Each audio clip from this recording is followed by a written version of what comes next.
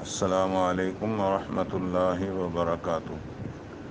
سوال: اگر مقتدی امام کے ساتھ قاعدہ اولیٰ میں شریک ہوا، یعنی امام 2 رکعت پڑھ کے نماز قاعدہ اولیٰ میں بیٹھا ہوا تھا کہ مقتدی آ کر اب شامل ہوا ہے، مقتدی کے بیٹھنے کے ساتھ ہی امام تیسری رکعت کے لیے کھڑا ہو گیا، تو آیا مقتدی کو امام کی اتباع میں کھڑا ہو جانا چاہیے یا اپنی التحیات عبدہ و رسولہ تک پڑھ کے پھر کھڑا ہونا چاہیے؟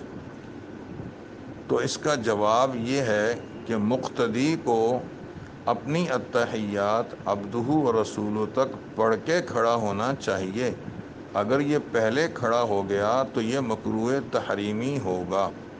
سوال نمبر 2: اگر مقتدی امام کے ساتھ قاعدہ اخیرہ یعنی چوتھی رکعت میں امام چوتھی رکعت پڑھ کے التحیات میں بیٹھا ہوا تھا کہ اب مقتدی آ کر قاعدہ اخیرہ میں شریک ہو گیا، تو امام نے بیٹھنے کے ساتھ ہی مقتدی ابھی بیٹھا ہی تھا کہ امام نے سلام پھیر دیا، تو اب مقتدی کو اپنی بقیہ نماز پوری کرنے کے لیے فوراً کھڑا ہو جانا چاہیے یا یہ کہ اپنی التحیات عبدہ و رسولہ تک پڑھ کے پھر کھڑا ہونا چاہیے؟